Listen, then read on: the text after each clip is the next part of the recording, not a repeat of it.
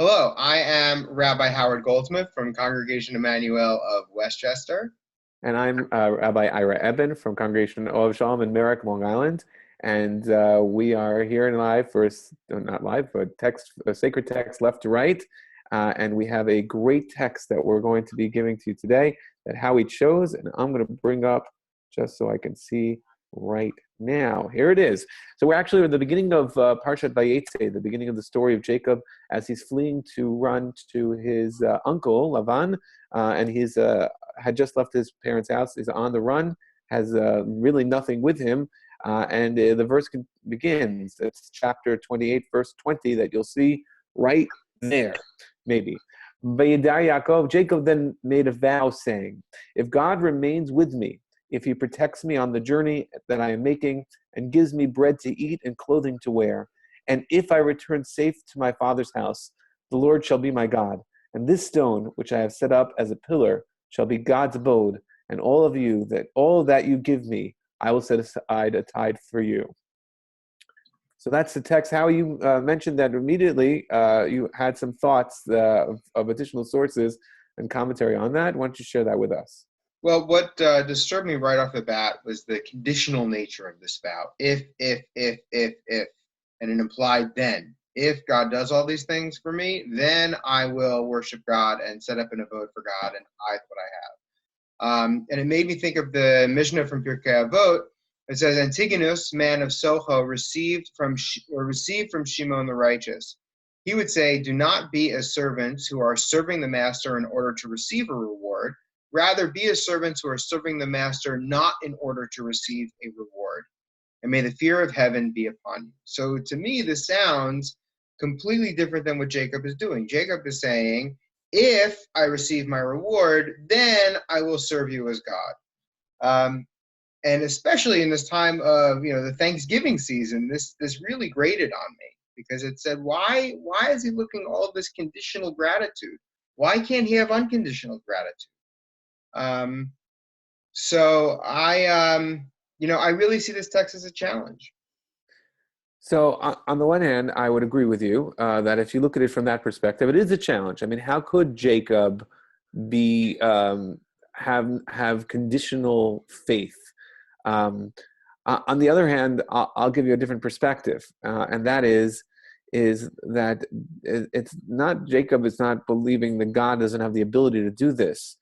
Jacob is really questioning whether he has the merit to have this, to be rewarded of this.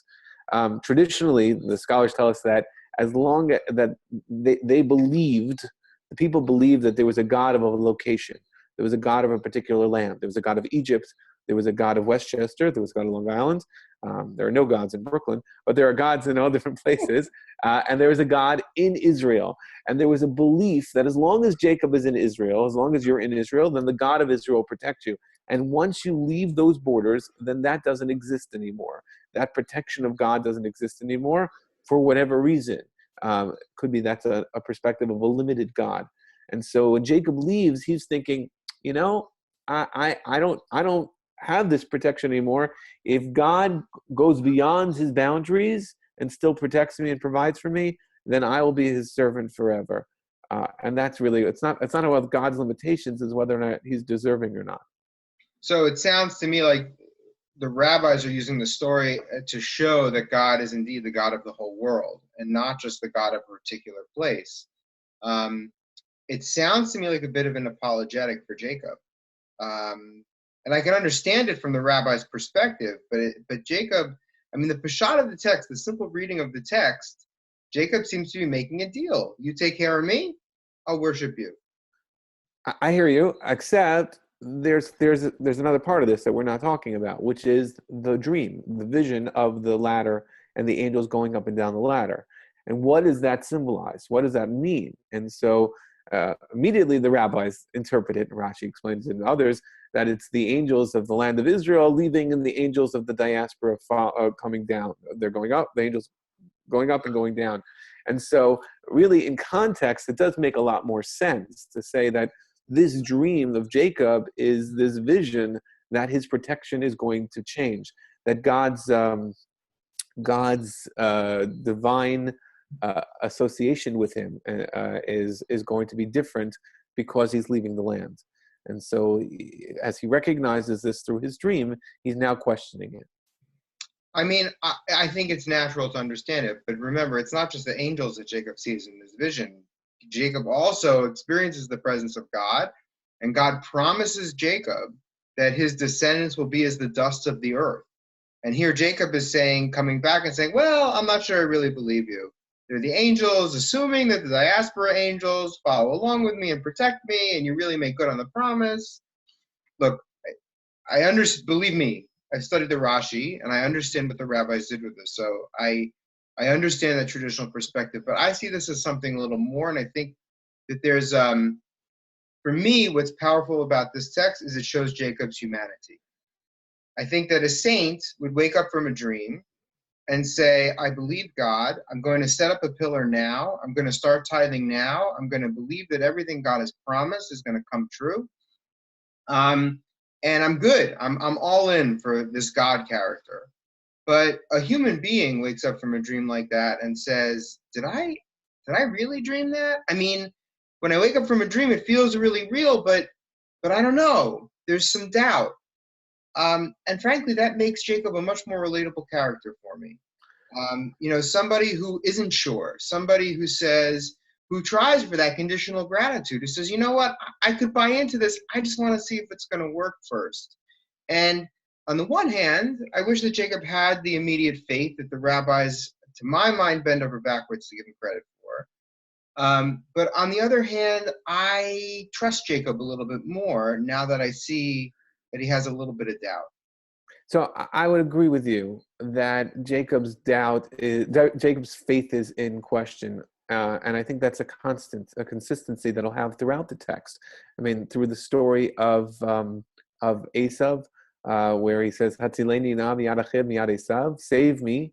Really, doesn't know if he's going to be able to succeed. And in fact, the next week's portion, I don't know what we're studying, but he runs away. He's scared. At the story of the brothers of Shimon and Levi, when they attacked Shechem, his response was that they could wipe us out, they could destroy me and my family. So even though this promise is there in the back of his mind, that prophecy, that promise is there, that God's going to give him in Faratz the Yamav Kedma Tzafona Benegma and spread him out east, south, north, and west. Nonetheless, there is constant doubt for Jacob, and I think that's why Jacob symbolizes or represents the tefillah of Arvit, of Mariv, is the symbol of a time of darkness when God doesn't show his face so clearly. And that could be his perspective or reality. But I think what you're saying is it's his perspective. And listen, you're right. God just spoke to me right there at the top of the ladder, but I'm still not comfortable with or confident with what's going to happen in the future. And hence that discomfort leads to this conditional vow. The conditional vow, for me, it doesn't fall in with the rabbi's apologetics.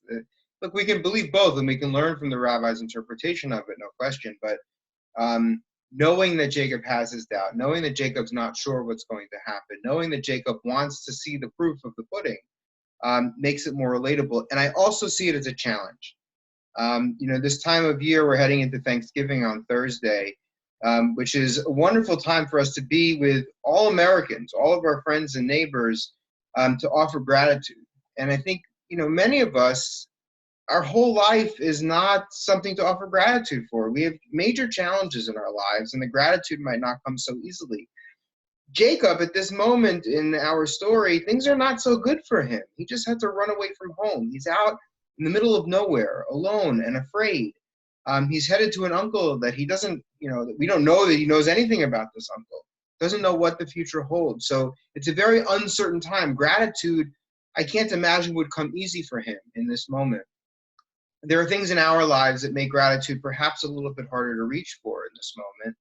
And when we read the story of Jacob so blatantly, at least the way I read it, so blatantly questioning God, so blatantly nervous about what's going on in his life, and promising nevertheless to show some gratitude, it can challenge us to say, we're going to be better than this. We are going to show gratitude. Together with our friends and neighbors, we're going to show gratitude for the blessings in our lives. So I see this I see this text working perfectly with Thanksgiving because it's challenging us to, whatever happens to be going on in our lives, to nevertheless transcend that and to show gratitude. So from my perspective, which is that Jacob is questioning, not questioning God, but questioning whether or not he deserves these things, he ends his deal with God with that I'm going to tithe for you, whatever I get. And I recognize that I don't have anything. You know, Jacob leaves as a pauper and leaves as a millionaire. And he comes in and says that everything I have, I'll be tithing to you, recognizing that all of it is a gift. And that really, as I said, from my perspective and from some of the rabbis' interpretations, I'm not deserving of everything. Nothing I have is mine at all. I'm sitting here with my pockets empty and nothing. And I know that when you fill those pockets, if you do, it's all because of you. And therefore, I will immediately be tithing and dedicating myself to you. So for me, this is a challenge to rise above whatever challenges we might have in our lives and show gratitude. And as I understand it for you, it's a challenge for us to prove that we are worthy of the gifts that we have and to then give back. So while we don't read it the same way, which is good, we don't agree 100% on something finally. I think that both are certainly important messages for us to head into Thanksgiving with friends and family. And Ira, I wish you and your family a very happy Thanksgiving. We can all agree that we wish everybody a happy Thanksgiving. Takes care. Thanks, Howie. Okay, bye-bye.